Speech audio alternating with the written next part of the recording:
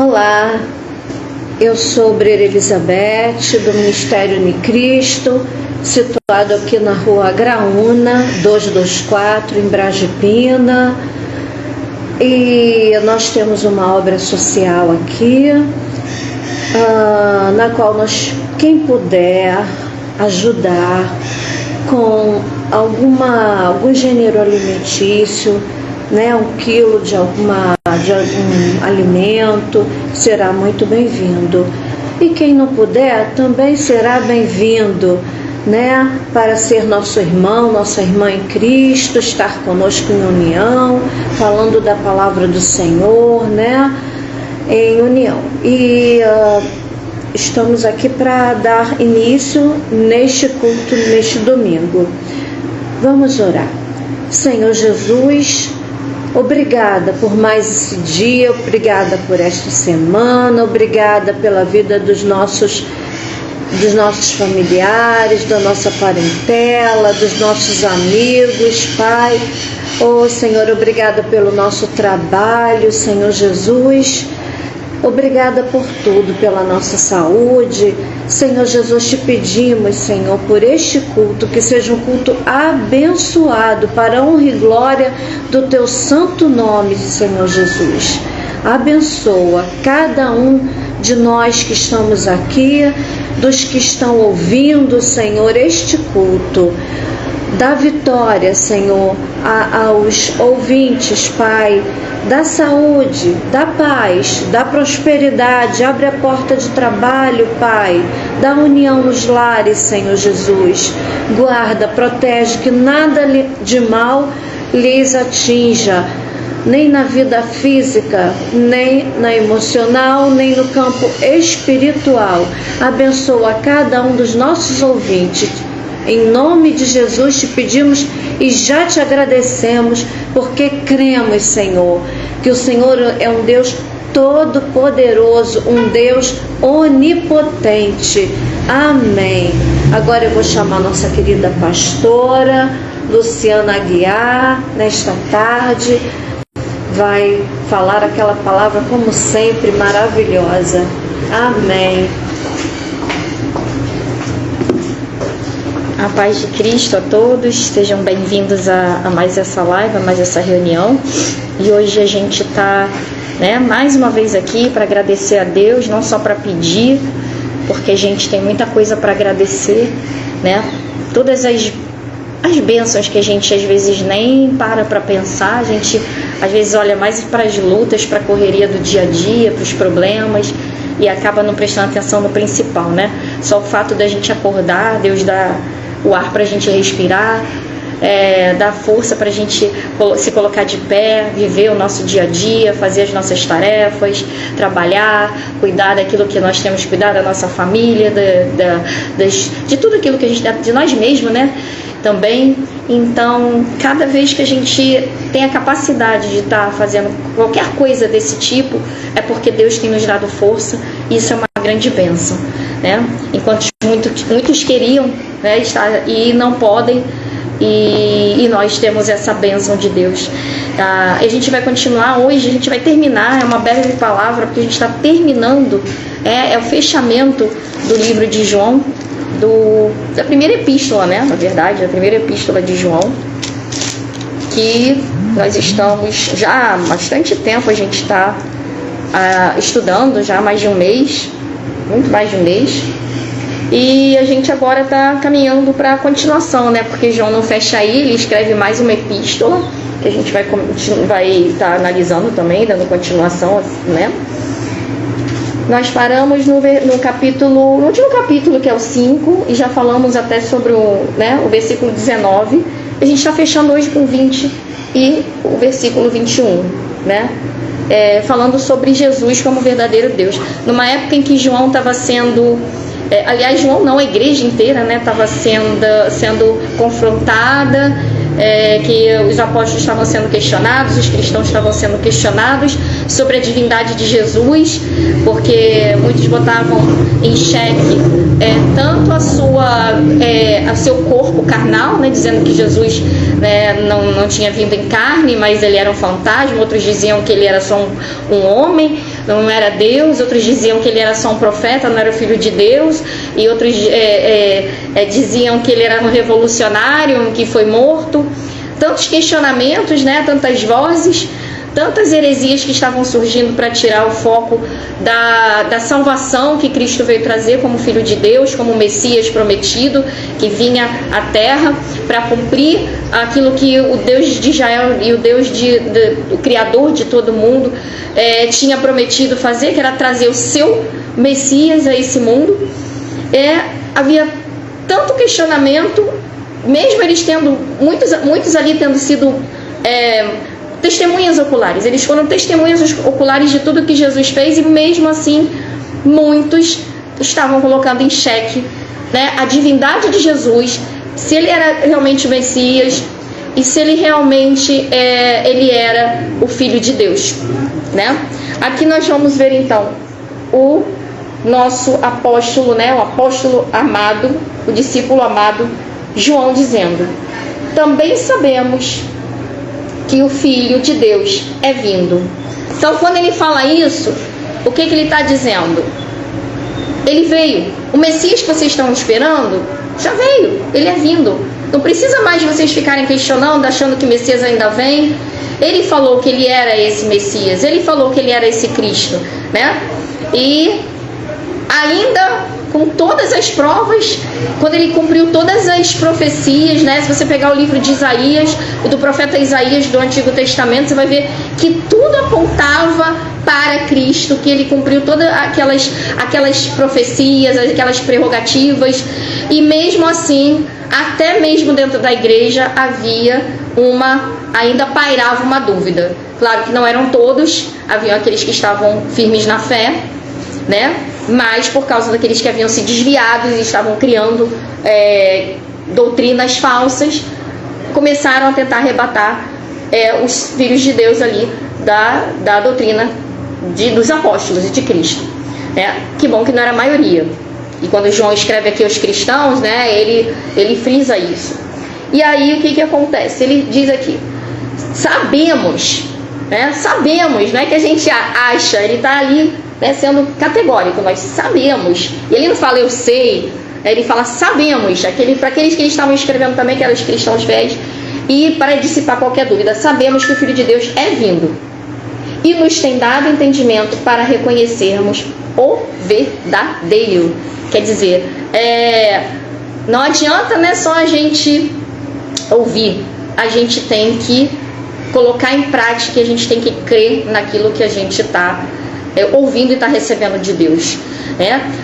Olha como é que ele completa aqui, ó, nos tem dado entendimento, né? Não adianta só você ler a palavra de Deus, não adianta só você ouvir o pregador, não adianta só você ouvir lindas pregações, mas é importante que aquele que quer seguir a Cristo, entender a verdade de Cristo, entender o Evangelho, que ele busque entendimento. E quem é que dá esse entendimento? É muito importante que a gente entenda uma coisa: quem dá o entendimento é o Espírito Santo. Porque a letra só, ela mata. Se a gente pegar a palavra e ficar só lendo como um livro qualquer, né, a gente vai ter uma grande, né, um grande conhecimento, a gente vai ter uma bagagem, mas a sabedoria, ou seja, aquele conhecimento para aplicar, vai ficar defasado, vai ficar faltando. Porque quem é que dá essa sabedoria? Quem é que faz a gente entender realmente do profundo? O Espírito Santo. Por isso que a gente tem que contar. Jesus falou em João 14, né, que ele iria, mas ele deixaria o Consolador, o Espírito Santo, que nos guiaria a toda a verdade. Então ele já mostrou aí que a gente ia depender. Por quê? Porque ele já não estava mais em corpo. Jesus não estava mais em corpo físico como eles estavam acostumados. E com certeza os apóstolos sentiram muita falta, né? Eles tinham um seminário todos os dias, eles tinham um mestre para sentar, eles faziam as perguntas, eles não se preocupavam porque eles Sempre buscavam a resposta. Tá ali, se a gente tiver alguma dúvida, Jesus é que vai trazer a resposta. E aí Jesus vai e parte, né, em corpo físico, mas ele disse, não vos deixarei órfãos. Ele deixou isso bem claro. E agora, com quem eles vão contar? Com a promessa que Jesus deixou com aquele, o Paracleto, que é o Espírito Santo. E é esse Espírito Santo que convence o homem o quê? Da justiça, né? Do juízo, do pecado, da justiça e do juízo. Ele dá entendimento. Então você que estiver aí começando seus passos na Bíblia, você mesmo que já conhece a Bíblia, já leu, mas nunca leia somente o seu entendimento humano, carnal. É importante que quando você vá abrir a palavra de Deus, você sempre convide o Espírito Santo para te iluminar, tá? Para evitar assim, interpretações próprias, né, equivocadas. Por quê? Porque a Bíblia é um livro, né? A Bíblia é um livro. Mas a Bíblia foi escrita por homens. Foi. Ninguém está negando isso. Mas existe um manual mais rico do que esse para nos guiar a nossas dúvidas sobre o Criador? Até hoje ninguém conheceu. O livro mais publicado no mundo. Por que será que... mas está faltando coisa aqui? Sim. Não vamos tapar o sol com a peneira. Mas existe, né? Houve concílios, pessoas sim. Mas Deus não deixa de se comunicar por causa disso. Deus não se limita às coisas que o homem faz. Ele usa as escrituras. Nós sabemos, aqui está escrito que não foi escrito tudo que deveria ser escrito aqui. Nos Atos dos Apóstolos diz que se fosse colocar todos os milagres que Cristo realizou aqui, né, não haveria livro suficiente para registrar na terra. Então Jesus ficou devendo alguma coisa? Não, ele não ficou. O que a gente consegue absorver daqui, a gente consegue, né, absorver daqui, e o que que a gente consegue absorver daqui, né, tirar pra gente daqui, extrair daqui, palavra certa agora, o que a gente consegue é aquilo que Deus, através do Espírito, ele vai usar para nos ensinar, porque ele não se limita a isso, ele não se limita a um livro. É importante. Agora a gente vai chegar numa parte que a gente tem que... é muito delicada, que ele fala dos ídolos. Tem gente que idolatra até mesmo a Bíblia. Mas a Bíblia...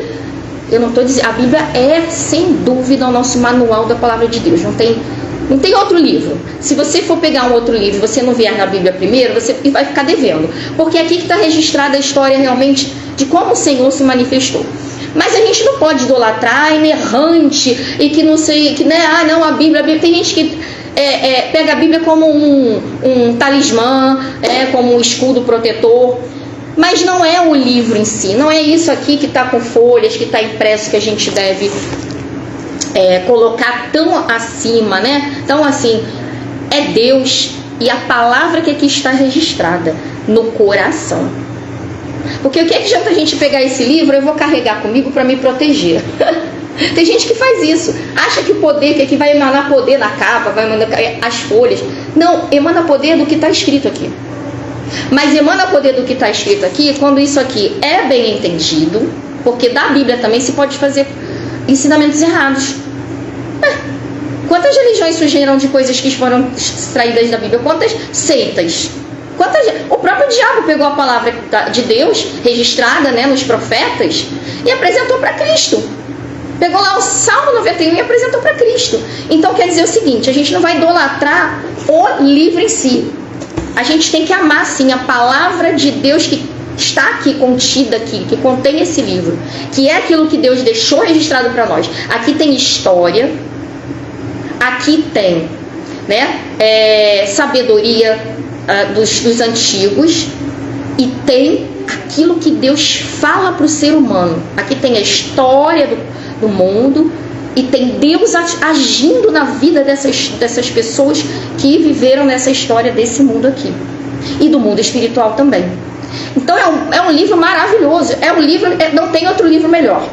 Mas a gente também não pode idolatrar o livro. Vê se você, né, a coletânea de livros. A gente tem que amar o que está contido aqui dentro. Amar o quê? O Criador, o que Ele falou, o que Ele deixou ensinado aqui, o nosso Messias, o que Ele deixou como exemplo de vida, os exemplos, o que ele falou, a sua história, a sua ressurreição e as profecias que ele deixou para que a gente seguir e creia que haverá um amanhã. A gente tem que considerar isso, tem que amar sim. Não idolatrar, não, a Bíblia, porque, né, pega a Bíblia, tem gente que faz isso, leva a Bíblia debaixo do braço assim, não, se eu sair com esse livro, nada vai me tocar. Estou dizendo que você tem que amar, não tem que amar não, tem que amar. Mas cuidado para não fazer disso aqui um amuleto. O amuleto tem que estar onde? O que Davi falou? Guardei as suas palavras onde? No meu bolso? No meu porta-mala? Né? Não adianta nada botar aberto assim em cima da estante, vou botar aberto que aí nenhum mal vai chegar na minha casa. Aí fica lá aquela folha aberta, fica até mais escura que as outras, a pessoa não lê. O que adianta se a pessoa não lê? Não, tem que extrair daqui e guardar onde? No coração, para não pecar contra ti. Porque mesmo a gente lendo, extraindo, tentando colocar, né, no coração, a gente esquece e peca. Tu imagina se a gente não lê, se a gente não tenta entender, a gente não convida o Espírito Santo para ensinar a gente, não é? E não procura uma pessoa com mais experiências, né, os anciãos, para também nos orientar. Os pastores, os anciãos, que são aquelas pessoas que são mais experientes, que realmente têm, né, um preparo, porque é como numa escola, o aluno chega e ele está aprendendo vai ser alfabetizado. Não adianta a gente pegar uma criança que não foi alfabetizada e colocar ela numa universidade, né? Porque ela não vai conseguir entender nada. Assim acontece, né? Por isso que às vezes é perigoso você pegar uma pessoa que acabou de se converter e botar ela para pregar. Não, tudo tem um processo, né? Um dia você, a gente primeiro caminhou nos primeiros passos da fé, que a gente não sabia nem onde era Gênesis, né? Não sabia nem onde era Apocalipse, onde é que fica, né? Não sabia qual era o primeiro e qual era o último. Então a primeira pessoa tem que ser instruída por aqueles que são mais experientes mesmo. Também cuidado com quem vai se instruir, porque há muitos aí hoje em dia usando a palavra de Deus de forma indiscriminada, né? Pegando versículos daqui isolados, criando criando doutrinas mirabolantes que não tem nada a ver com a vontade do Senhor, misturando graça com lei, pegando coisas lá do Antigo Testamento. Olha, se você colocar o seu tudo no altar, né? Ou seja, o seu tudo é o seu material, tá? O seu carro no altar, igual Abraão fez com o filho dele, aí Deus vai te dar um carro novo. Eu já vi coisa assim. E usando a Bíblia, é com esses que você vai instruir? Desconfia. Quando a pessoa começar a misturar muito as coisas, né? Não, você vai pegar um galinho de arruda e você vai colocar lá na sua casa a rosa ungida, porque Jesus é a rosa de Saron. Cadê o contexto disso? Onde que Jesus mandou fazer isso? Jesus é a rosa de Saron, isso aí é simplesmente, né, uma figura de linguagem, estamos se remetendo ao que foi cumprido no Messias. Não estava dizendo que você vai pegar uma rosa e você vai fazer de conta que a rosa é Jesus que está lá, a rosa de Saron. Então, fazem uma lambança com a palavra de Deus. E isso a gente tem que ter muito cuidado. Muito cuidado. Por isso que é importante chamar o Espírito Santo. E até mesmo você para Deus botar alguém no seu caminho para te ensinar a palavra de Deus, convide ao Senhor. Senhor, coloca a pessoa certa para me instruir, me leva até uma fonte realmente limpa para que eu possa entender, né? Aconteceu isso com Filipe e o eunuco, né? Deus pegou o Filipe e transportou ele de forma sobrenatural para aquele homem que estava lá num caminho tentando entender o profeta Isaías. Olha como é que as coisas não podem ser só no material. Como é que eu não posso achar só que é esse livro aqui que foi impresso, que é milagroso? Não. Olha como eu não posso usar isso, né, assim, dessa forma, né? É espiritual. Tem que ser com entendimento, tem que ser com direção de Deus, tem que ser uma coisa organizada. Deus é um Deus ordeiro. Então, assim mesmo ele é ordeiro, até mesmo no conhecimento da sua palavra. Então, por isso que aqui o apóstolo João, ele fala: e nos tem dado entendimento para reconhecermos o verdadeiro. Senhor, sobre todas as coisas, coloque entendimento no meu coração para que eu entenda a tua verdade, para que eu entenda realmente o Cristo, para que eu entenda o que ele significa, o que ele tem que significar para a minha vida também, né? Para que ele me ensine o que diz na palavra, né? Então, é o Espírito Santo que a gente tem que contar com ele.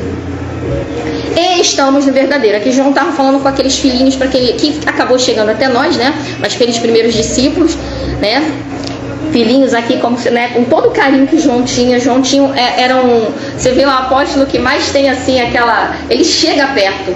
Ele era um mestre. Ele aprendeu muito com Jesus mestre. Ele era um aluno que se tornou professor, né? E aquele professor carinhoso que sabia chegar nos seus alunos, nos seus discípulos. E esses discípulos que era a primeira igreja que estava aqui lendo a sua carta e chega até nós. Olha que lindo, como é que ele se refere, né?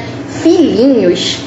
Ele considera como filhos. Ele estava gerando ali pessoas que estavam aprendendo na palavra de Deus, sendo gerados nele ali, com ele, né, na palavra. Para reconhecer o verdadeiro. Estamos no verdadeiro, em seu Filho, Jesus Cristo. Este é o verdadeiro Deus. Ou seja, não tem outra coisa. No resumo de tudo isso aqui, de todo o livro, de todas as profecias, de todos os profetas, né, de toda a lei, depois de todos os profetas e do Novo Testamento, o cumprimento da lei que foi cumprida em Cristo, né, as profecias cumpridas em Cristo e as profecias vindouras, tudo aponta só para uma coisa, para uma pessoa, né, Jesus Cristo, né, e para o plano de salvação que Ele tem com a gente. Tudo se resume nisso. Todo esse plano se resume o quê? A salvação do homem através desse Messias, desse Jesus. Este é o verdadeiro Deus e a vida eterna. E tudo com a intenção de nos dar a vida eterna. Tudo que foi falado, tudo que foi vivido por Cristo, tudo que foi ensinado por Ele, todo o sofrimento que Ele passou, todas as calúnias que Ele passou, todo o sofrimento da igreja primitiva, tudo que foi deixado aqui registrado, aquilo que chegou até nós, tudo que o Espírito Santo tem para nos dizer, tudo que a gente tem que viver, aponta para uma coisa: a gente entender que Jesus é o verdadeiro, é a verdade, né, o Filho de Deus, e a nossa vida eterna, que a vida não vai parar aqui, que a gente precisa considerar isso, porque se a gente ficar achando que a nossa vida é só aqui, né, o que acontece com a pessoa? Ela fica uma pessoa, primeiro, né, amarga, porque o mundo amarga a gente, a verdade é essa. Se a gente não tiver espiritualmente buscando Deus, a gente fica amargo, porque a gente só vê maldade, a gente só vê coisas que vêm tentar atacar a nossa mente, o nosso dia a dia, né, coisas ruins, coisas perversas, né, a falta de amor do ser humano, dificuldades, obstáculos, doenças, né, mortes. E se a gente não tiver uma esperança de que a vida não se resume só nisso, é adoecedor. Por isso que Paulo falou, né? Se nós vivermos, acharmos que o mundo, que a nossa vida é só aqui, nessa esfera terrena, somos os mais miseráveis dos homens. Por quê? Porque aqui tem muita miséria. Porque aqui, a gente já falou na semana passada, o mundo jaz no maligno, ele está ali, jazendo, ele está, né, como se fosse morto e enterrado no maligno. Porque o que aconteceu? Quando o pecado entrou, foi passado para o mal, né, para um inimigo, uma autoridade que tinha que estar na mão do ser humano, do homem. O homem entregou assim. Quando Deus falou, dominai, para Adão e para Eva, dominai, no plural, dominai. Aí o que acontece? Eles pegaram essa autoridade, quando eles tentaram burlar aquilo que Deus tinha estabelecido, né? Duvidaram de Deus, comeram o que não tinha que comer, quiseram saber mais do que era para aquele momento, porque eu acredito que depois Deus ia deixar eles comerem a árvore do conhecimento, mas no tempo próprio. O problema é comer antes do tempo. Deus queria dar entendimento a eles, sim, mas eles não estavam preparados ainda, era como se fossem crianças ainda. Eles estavam estavam começando ali toda aquela maravilha, e eles amargaram o caminho deles quando eles pegaram o conhecimento do bem e do mal. Deus não queria que eles vivessem o mal, sabe? Que eles não estavam preparados para entender que existia o mal. Deus só queria o bem. Deus os criou para o bem. Eles estavam com tudo, não precisava o mal entrar. E eles abriram a porta para o mal quando eles quiseram conhecimento também do bem e do mal, saber mais do que Deus. né? Acharam que eles iam saber como Deus e até mais que Deus, porque foi isso que o inimigo tentou enfiar na cabeça deles. Olha, se você comer desse fruto, vocês vão ser igual a Deus, por isso que Deus não quer que vocês comam, né? Então, dúvida, rebeldia, foi trabalhado tudo aquilo ali, soberba. No momento que a serpente, que na verdade era Satanás, incorporado ali na figura daquele animal, ele fala: se vocês comerem dessa fruta, e ele não quer que vocês comam para que vocês não saibam que ele sabe, vocês vão ser igual a ele, perdão. Então, trabalhou soberba, né? Trabalhou rebeldia, dúvida de Deus. Ele fez assim uma lavagem que não era para existir. E outra coisa, né? Deus queria o bem, que eles conhecessem o bem. Deus criou eles para conhecer o bem, para estar ali. Já pensou, tá ali, tá no jardim, não precisar se preocupar se amanhã vai ter fruta para comer ou não, não precisar se preocupar se tem uma fera vindo atacar, não tem que se fugir, se esconder na caverna, porque os animais eram dóceis até ali, né? Não preocupar se vai ter a chuva para trazer, não precisava nem chover, já tinha tudo ali, né? Não precisava ter que plantar, tá ali, já tá. Não precisava se preocupar com frio, com calor, o clima era agradável, não precisava se preocupar em comprar roupa, não tinha maldade. Ou seja, e o mal? Ai, será que Deus queria que eles conhecessem o mal? Com certeza não da forma que foi apresentado a eles. Tá entendendo? Deus queria dar sabedoria sim, mas não precisava o mal entrar. Não precisava. E eles conheceram o bem e o mal sim, mas eles conheceram o mal deixando o mal entrar dentro deles. Perdão, eu fiz aí né, uma repetição desnecessária. Deixar o mal entrar neles, né, Flávio? Então, deixar o mal entrar neles não era o objetivo de Deus. E eles deixaram. E aí, passa por inimigo uma posição e uma autoridade que o inimigo não tinha. Não na vida deles. E o que acontece? Aí começa o mundo e o sistema maligno a dominar. E é isso que ele fala aqui, João, né? Que o mundo jaz no maligno. A partir desse momento que o mal entra através de um conhecimento errado, de uma forma errada, porque Deus é sabedoria, queria que eles comessem sim, mas que eles conhecessem outras coisas mais maravilhosas e não esse mal. E foi passado de forma errada, e aí começa o mundo a jazer neste maligno, né? Que João já falou aqui. E agora tudo isso tem que acontecer. Jesus vem para restabelecer aquilo que tinha sido desorganizado, e leva tempo. São anos, né? São 5.000 anos, 2.000 anos, e a gente continua, e aí o plano ainda está aí. Mas sabe por quê? Porque Deus é eterno. Deus é eterno. Ah, mas o homem é limitado. O tempo do homem é limitado, mas Deus é eterno. E é por isso que existe o poder da ressurreição. É por isso que existe o poder de trazer a vida novamente. Não importa se a gente vai morrer. Deus é eterno. Ah, mas aí a gente fica fora. Não, a gente não fica fora. Ele vai nos dar a vida eterna. Para não perder a gente, Ele nos dá a vida eterna. Porque Ele é eterno. Então não tem demora. Tem tudo no tempo próprio. E no tempo próprio Ele nos traz de volta. Mas não traz de volta mais nesse corpo que se corrompe. Ele traz de volta num corpo glorioso que nunca mais vai morrer. Isso aqui é interessante, é tudo completo, né? Para aqueles que entram nesse plano dele, né? No plano estabelecido de salvação, né? E, infelizmente, aqueles que rejeitam, é sofrimento. Porque morte, a gente pensa que morte é só o corpo apagar e depois ser decomposto, né? O corpo desligar e ser... Não. Existe uma alma. Morte é a separação dessa alma de Deus eternamente. Isso é a verdadeira morte, né? E esse é o verdadeiro tormento. Esse é o verdadeiro inferno. É quando a alma vai ficar sofrendo porque está apartada de Deus. Porque ela é uma coisa que... Ela é um ser que não morre, somos nós mesmos, nosso espírito, nossa alma, nossas emoções, sentimentos, aquilo que, né, nosso pensar, e dentro de um espírito que não morre. E se esse espírito não morre e fica afastado de Deus, ele vai viver o quê? Feliz? Tormento. E aí vem a palavra inferno, que é o tormento eterno. Em algum lugar separado de Deus e fora daquilo que Deus planejou, sofrendo. E sofrendo. Por quê? Não está dentro daquilo, não está ligado, o espírito não está ligado àquele que o criou. E aí vem o inferno, que é o tormento. Bom, e aí o que João fala, né? Estamos em seu Filho Jesus Cristo. Esse é o verdadeiro Deus e a vida eterna. Palavra maravilhosa para fechar aqui, vida eterna. Fechando a sua primeira epístola, João, que é o que mais fala da eternidade.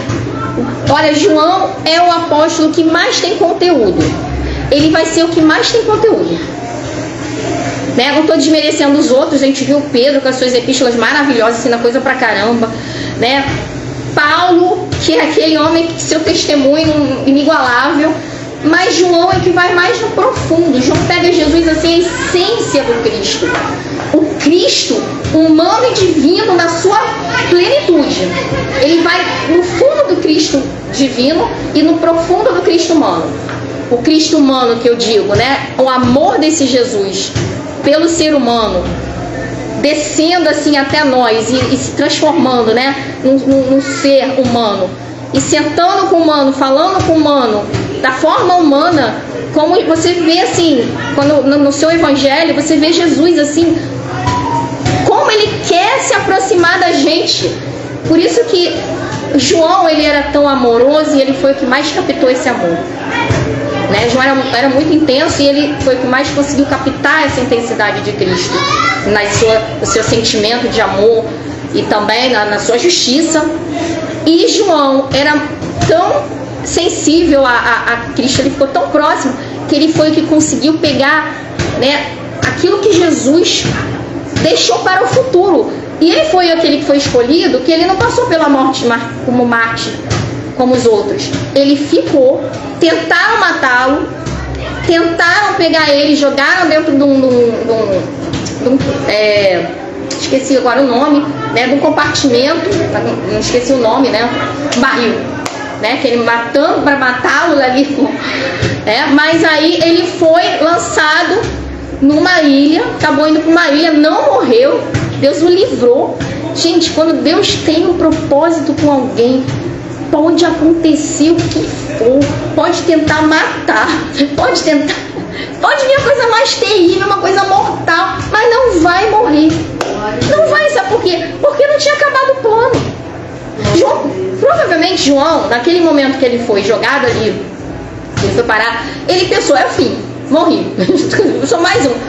E ele não imaginava o que vinha pela frente. Ele tinha escrito, né, já bastante coisa, mas ele não imaginava que ele ia escrever não mais só as doutrinas terrenas, né, preservar o evangelho. Ele ia ver o futuro. Ele ia ser levado aos céus. Ele ia ultrapassar esse céu aqui. Qual foi o outro apóstolo? O Paulo também. Mas Paulo foi de uma ocasião, ele guardou para ele. João não. João teve a missão de ir aos céus e não guardar para ele, mas deixar tudo registrado e viu coisas inefáveis, assim como Paulo. Só que Paulo foi uma experiência própria. João não. João, ele foi comissionado para registrar e mostrar o que aconteceria lá no futuro, tipo Daniel. Então ele reuniu nele qualidades de outros profetas, né? E ele, sendo um apóstolo, ele reuniu qualidade de profetas lá do Antigo Testamento, como Daniel, como Isaías, né, que fala desse Jesus, Messias, Filho de Deus, que fala do amor, e depois ele fala também, né, como Daniel fala do futuro. Então João foi preparado para tudo isso. Tentaram calar a voz de João, tentaram acabar com o que ele vinha pela frente, mas não conseguiram. No momento que falaram, vamos destruir João, João foi para onde? Foi justamente para onde Deus queria que ele fosse, para ele começar com a idade dele, que ele já era um ancião. Parou numa ilha assim, acabou, vou morrer, já tô velho, agora eu vou ser mate, vivi pra caramba, Deus ainda me deu a bênção de ainda viver mais do que eu pensei. Nada, João, você tá velho? É agora que tá começando. Você vai ver coisa, pode, é nessa ilha, mas aqui nessa ilha eu pensei que eu vim aqui pra morrer. Tu se livrou de uma, tentaram te matar, a morte estava aí, quase te pegou. Mas agora que eu vou começar a te usar mais ainda. Ele não esperava que isso ia acontecer. Aí Deus começa a abrir os olhos espirituais dele de uma forma que ele nunca pensou. Ele começa a ver coisas e começa a ver o que vai acontecer, o que espera o povo de Deus, o que esperava ele mesmo e toda a humanidade. E ele fala, né, do futuro da humanidade no livro da Revelação. Mas isso a gente vai chegar lá ainda, já estou indo para outro. Né? E ele fala aqui: filhinhos, que lindo, né? Ser chamado assim. Eu acho que é muito bom ler o livro de João. Eu gosto, porque parece assim que ele nos trata com um amor especial, né? Que ele estava escrevendo para aquele povo, mas para a gente também. Filhinhos, a última advertência aqui dessa primeira epístola dele para aqueles primeiros cristãos: guardai-vos dos ídolos. E isso é sério. Por que ele termina assim, né? Nada é sem propósito, ele não escreveu isso à toa, com certeza tinha algum motivo. Já estava começando a criar idolatria, né? Querendo incutir idolatria ali na igreja. Qualquer coisa que a gente coloque no lugar de Deus, por isso que eu falei até mesmo da Bíblia, tem gente que idolatra tanto a Bíblia, né? Não, a Bíblia, peraí, mas e o Deus da Bíblia? O Criador, quem criou, quem escreveu? É a palavra dele que a gente tem que guardar, mas é dele, né? Não é só, é um livro, e briga até por causa... Não, a gente tem que defender sim a palavra. Claro, não estou dizendo isso. Mas, né? Eu defendendo a palavra, estou defendendo Deus. Claro, estou defendendo a vontade de Deus. Melhor dizendo que Deus não precisa de defesa. Mas eu estou defendendo a vontade de Deus. Porém, eu tenho que entender o seguinte: Deus é Ele em primeiro lugar. Ele é o Criador. Eu fiquei sabendo através disso aqui, sim. Mas Ele não se limita. Ele usa isso aqui. Mas é Ele que eu tenho que dar adoração. Não vou me prostrar diante de um livro e dizer, Bíblia, né? Deixar aberto, botar minha mão aqui, passar, esfregar a Bíblia. Então, parece uma coisa boba, mas tem gente que faz isso. Bota a Bíblia assim debaixo da tua cabeça, que vai melhorar a tua dor de cabeça. Não, bota a Bíblia, né? O que diz lá dentro, bota aqui no teu coração, na tua mente, que aí você vai, né, digerindo aí, Deus vai abençoando, você vai conseguir ficar curado, abençoado e tudo. Amém. Então, guardai-vos dos ídolos. Então, ídolo é tudo que eu pego e substituo Deus. Pode ser riqueza, né? Pode ser um objeto, pode ser até a gente mesmo. Eu posso ser meu próprio ídolo, né? A gente às vezes pensa que ídolo é só uma coisa que a gente vai se prostrar, botar o nosso joelho lá no chão diante dele, né? Uma estátua. Um celular pode ser um ídolo. Meu celular, ninguém toca celular, eu não vivo sem ele. E o celular tem mais importância das vezes que Deus. Não, meu celular, né? Em vez de ele estar procurando saber o que Deus quer falar com ele está o dia inteiro celular. O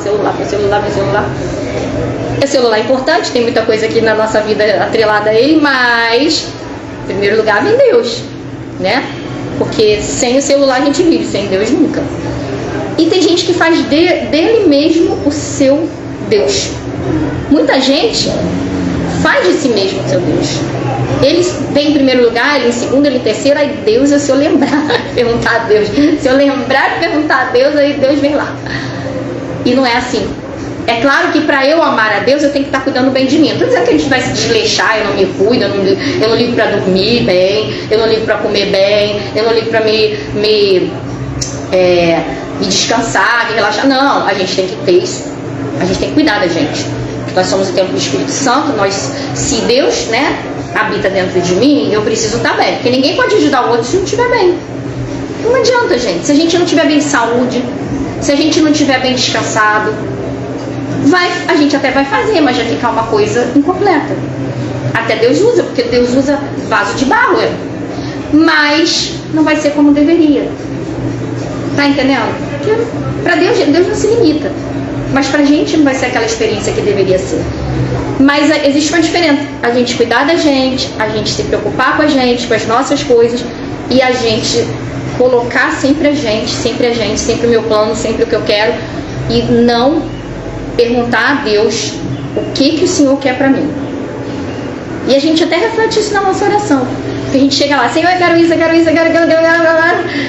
E peraí, em que momento você honrou a Deus e você o colocou como a razão da sua vida, a razão de todas aquelas suas petições? Em que momento você perguntou para Deus o que Ele quer para você? Porque quando a gente não coloca para Deus e não pergunta para Ele o que Ele quer para a gente mesmo, a gente está se colocando em primeiro lugar. Não, eu quero isso, Deus. Deus, eu quero aquela pessoa, eu quero casar com aquele... Eu gosto dele, eu quero. Aí acontece, Deus deixa. Mas quando a pessoa tomou essa decisão e não consultou a Deus, ela se colocou como ídolo. Ela é o que eu quero, é o que eu sou, eu me amo, a minha vontade é suprema. Perguntou a Deus?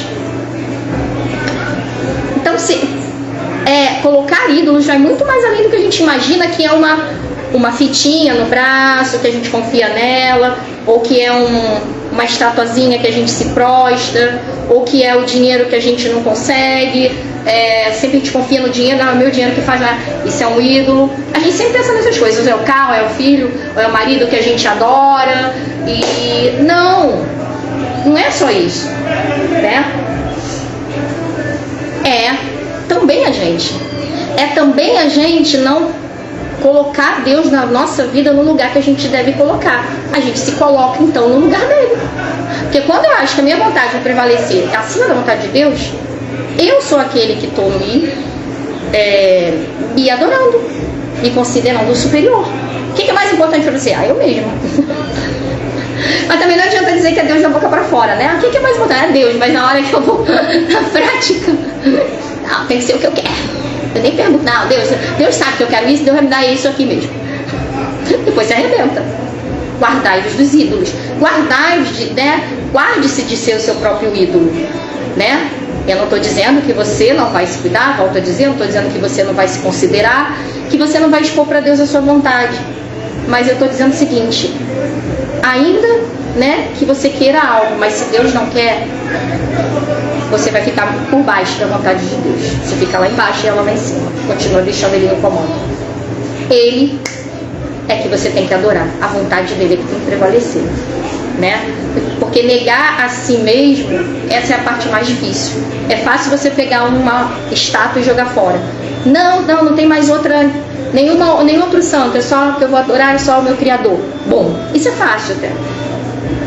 É fácil pegar até um celular e desligar e falar assim, não, agora eu vou tirar um tempo para falar com Deus, meditar nas coisas de Deus. Bom, é fácil você pegar um carro, esse carro aqui eu não vou mais me apegar tanto a ele, esse tempo que eu fico aqui esfregando ele o dia inteiro, eu vou tirar para fazer outras coisas mais importantes, para aprender mais de Cristo, ou para falar de Deus para alguém, ou para orar, ou para estar com a minha família. Porque Deus se agrada disso, que eu esteja com a minha família, investindo nela. Foi Ele que criou. O difícil é quando a gente tem que falar pra gente mesmo, você não tem a supremacia na minha vida. Quem tem a supremacia na minha vida é Ele. E agora? Eu não vou fazer aquilo que eu queria.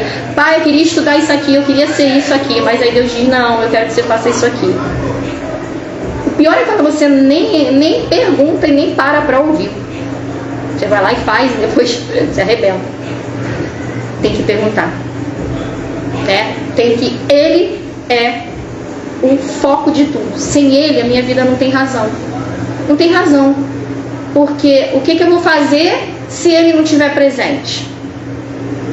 Se for eu que for ser o motivo da minha própria vida, eu sou aquilo que é supremo, vai ser muito ruim. Porque eu não vejo o futuro. Porque eu não sei, nem eu me conheço tão bem como Deus. Eu não sei o que me espera daquela decisão que eu vou tomar. Com certeza eu tenho um cálculo, mas a certeza vem do Senhor. Eu não sei o que vai no coração do outro. Eu não sei nem como é que o mundo vai ficar. Então, se eu penso só em mim, que tudo isso tem que girar ao meu redor e ser como eu quero, né? No momento que a luz se apaga e a gente vai pro pó, que tristeza. Meu motivo de adoração e de fé acabou, que era eu mesmo.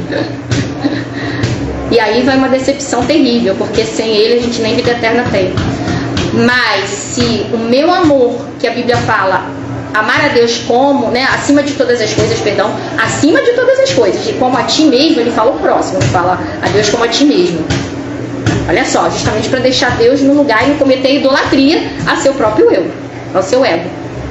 A Deus acima até de você. Depois, ao teu próximo, E outra coisa, quem é teu próximo?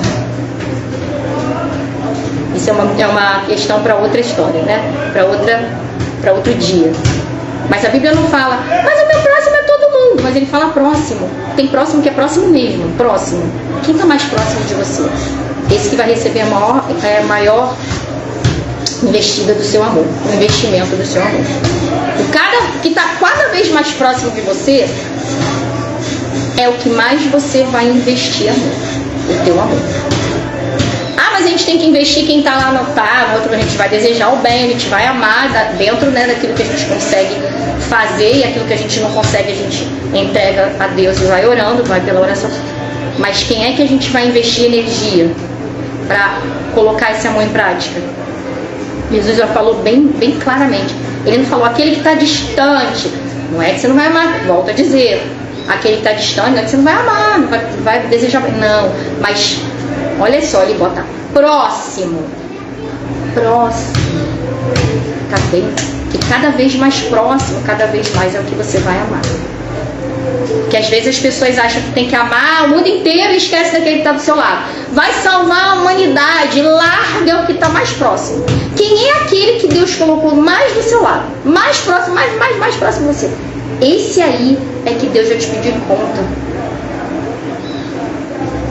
É desse aí, é essa pessoa que Deus vai te perguntar, e aí, o que você fez por ele ou por ela?